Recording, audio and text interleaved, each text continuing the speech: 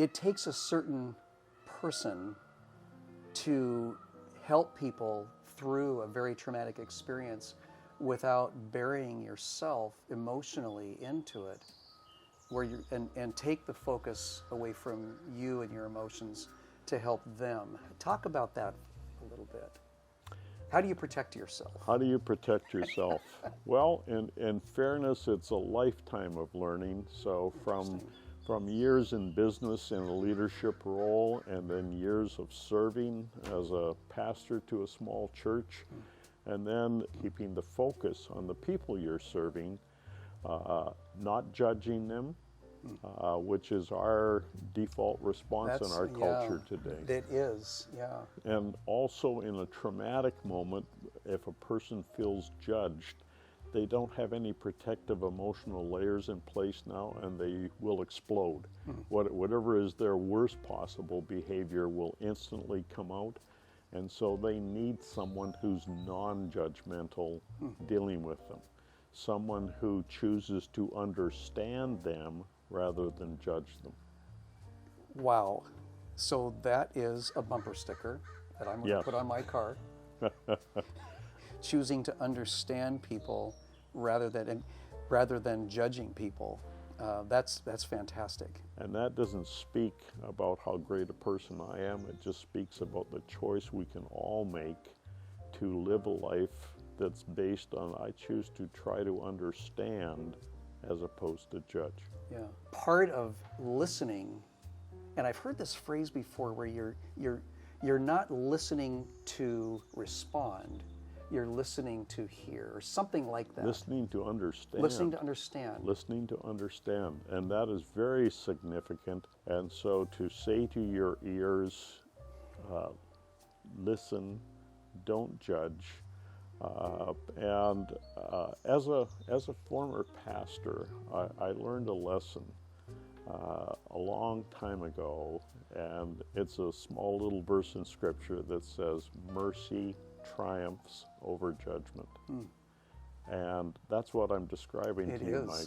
Mercy does triumph over judgment. Yeah. And people receive mercy, and they know it's mercy. They know you understand them, but they also acknowledge that you're choosing to accept them for who they are and to not judge them, either in word or action. So usually the questions I will ask are questions that lead to greater understanding, and the person hearing my question will understand that's what he's actually interested in what I'm saying. Yeah.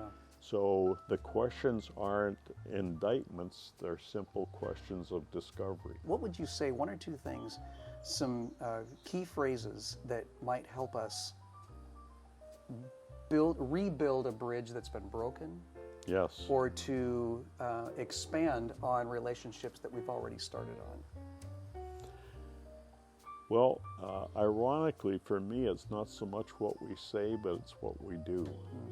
I believe, again, our culture is overdone with words and underdone with action. And I believe our actions communicate to people that we care about them. Yeah. I believe that for all of us is something to contemplate. Do we just talk about things, which we like to do a lot today? We have so many mechanisms through which we can verbally communicate. Or do we actually set that aside and take action, simple action, a hug, a look, a smile, a head nod, none of which involve words, but all of which communicate, I accept you, I care. Exactly. And sometimes just staying your attention on somebody who's talking, whether you agree with the words coming out of their mouth or not, if you stay your attention on them, you are saying to them, I value you as an individual. I may not agree with what you're saying, but I value you. And that message is wordlessly communicated. And so again, if you would allow me, I would say actions count for more than words. We've all heard it said that people will really not remember anything that you said. they will certainly remember how you made them feel.